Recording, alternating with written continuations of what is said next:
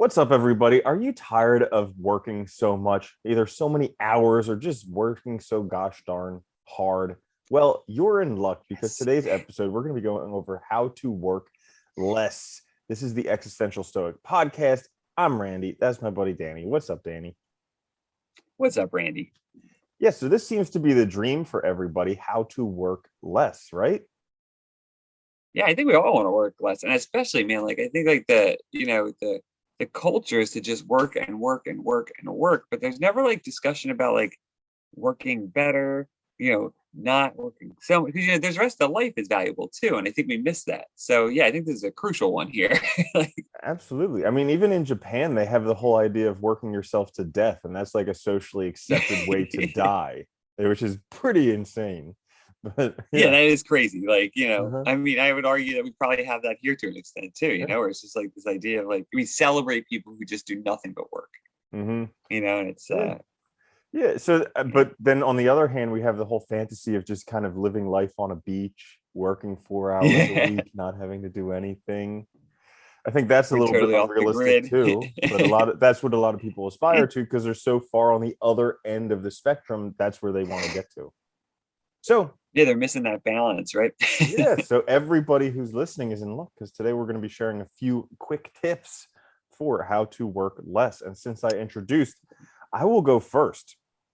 So, first one I have for you for how to work less is to become effective. And this is like such a critical key because I work at a co-working space and I see these people who are working in quotations. They're working 8 hours a day. Okay. They're spending most of their day on Facebook. They're spending most of their day on LinkedIn. And like, yes, while they may be networking and is kind of half related to work, the actual amount of work they get done is probably about an hour or two of work a day. And then they see me come in, I'm there for 2, 3 hours and I leave. And they're like, what, you never work? And I'm like, no, I do all my work in that short period of time and then I'm done. Yeah. Yeah. So Yeah. learning to become effective and actually achieve the work you're there to do. I think that's the first part of working less because most of us just waste our time while we're working.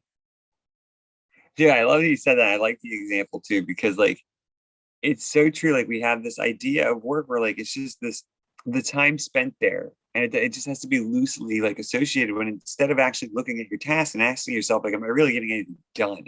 And like the first thing I thought of is, which I know anybody who's been in meetings has had this experience. You go to a meeting, it's scheduled for an hour and a half. It takes an hour and a half, and only 5 minutes of it actually matters. It's like really looking at these things is crucial because asking yourself, am I actually working, or am I just like pretending to work? Am I just like distracting myself? It's like all of these, kind of understanding what you're doing is helpful. Yeah. And I also hear the rebuttal. Everybody saying, "But I have to work 8 hours a day. What am I supposed to do?" And here's the answer to that.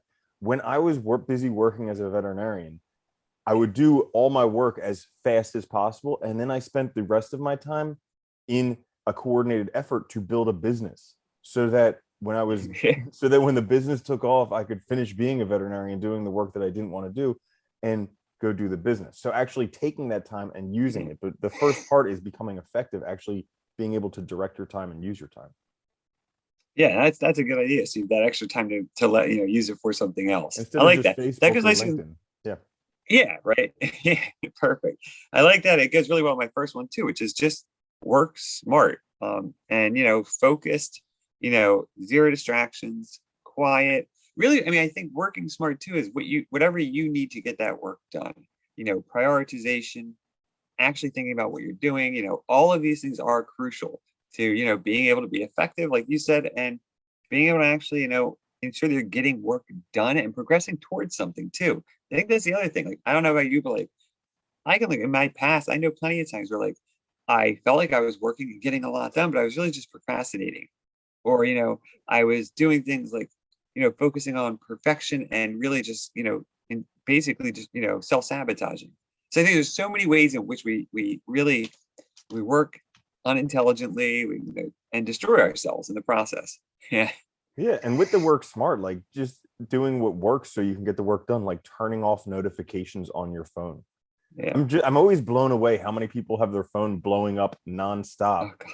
and they're I hate trying to that. get anything done. Like, don't you realize that every time your brain is just like, oh, something else, oh, something else. People don't get it, but Oh whatever. no, and it's like that switch too. When you're in a groove and something happens like that, that switch back is like really destructive in terms of your progress and your ability to be effective. Yeah. Mhm, absolutely. So, my second tip for how to work less is to delegate. This means to give Ooh. other people your work. And a lot of people will be like, but I can't do that. I don't have a secretary. I don't have this. I don't have that. Well, guess what? You can hire someone online to do most of the stuff you have to do. And yeah, sure, they're in a different country, but they turn out better work than people in America. And people are like, but America's number one. And it's like, well, check the scoreboard because a lot of other countries are coming up and being able to do just as good work Yeah. as everybody in America. But uh, by delegating your work, you get to have other people do stuff that you don't like to do, that you're not good at, that you don't have time for. So essentially, you could do the work of 5 or 10 people by delegating your work to 5 or 10 people. And it's a difficult skill to do at first because everybody thinks they're Superman and they're the best at it. So Yeah. like learning that other people can be as good as you at things, maybe even better than you at certain things, but starting with stuff you don't like to do. Like if you have a project that you have to do every week that you don't like to do, see if you can find somebody online to do that for you on Fiverr, on Upwork, on one of these other things. So that way, now you don't have to worry about that. You know, this isn't school where you get caught plagiarizing. Like as long as you get the work done, you're done. Yeah.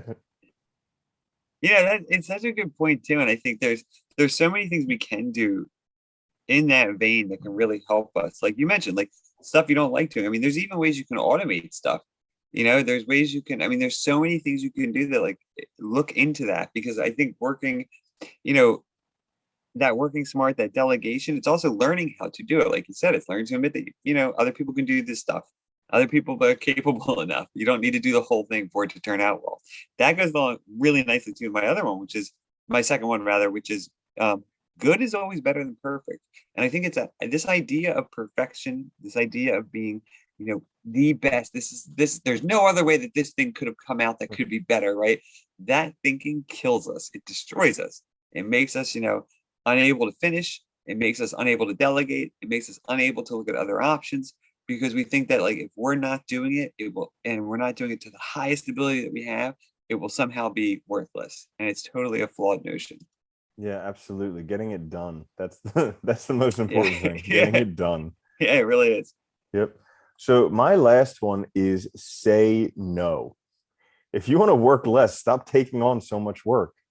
I mean, granted, you may not get every promotion or you may not get every opportunity if you say no to some, but you're also not going to be bogged down with work. Like I have so many experiences of people who will get calls from their boss on the weekend and they'll do work. Oh And I'm God. like, how could you do that? Like turn your phone off, say no, be like, it's the weekend. I'll be there Yeah. on Monday. I'm happy to do it on Monday, but this is my time. So like learning to say no, it's a difficult skill because people are like, but what if he gets angry with me? What if I lose my job? And it's like, well, you'll find a better job somewhere else, somewhere where your boss Yeah. doesn't give you work on the weekend. Like, yeah. Yeah. Oh, dude, that mentality that you have to be on call 24/7 when you're being paid for a 40-hour work week, it's like it's insane. And I Mhm. see so many people go through this and the stress and just the damage to your personal life, your well-being, it's just horrible. And I think you're absolutely right. You have to say no. And once you start saying no, you not only do you make time for yourself, you also start establishing what a healthy work life is for you. And that is crucial, like so important. I like that. That goes, I think these all go very nicely together. My last one, my third one is leverage the skills and knowledge you possess to maximize efficiency. And with this, keep learning, keep developing new skills. And I think they go together because on the one hand, look at what you already possess to maximize what you're getting done, the kind of jobs you take on, so you can get things done really quickly and then use that extra time that you have now to learn new stuff, to grow, to find new avenues that you can kind of develop new skills that you can then leverage later. That's a great point because I've heard it said that like most people who are the top people in their field, they're not exceptional. They just have like a very specific habit stack that makes them very good at what they're doing.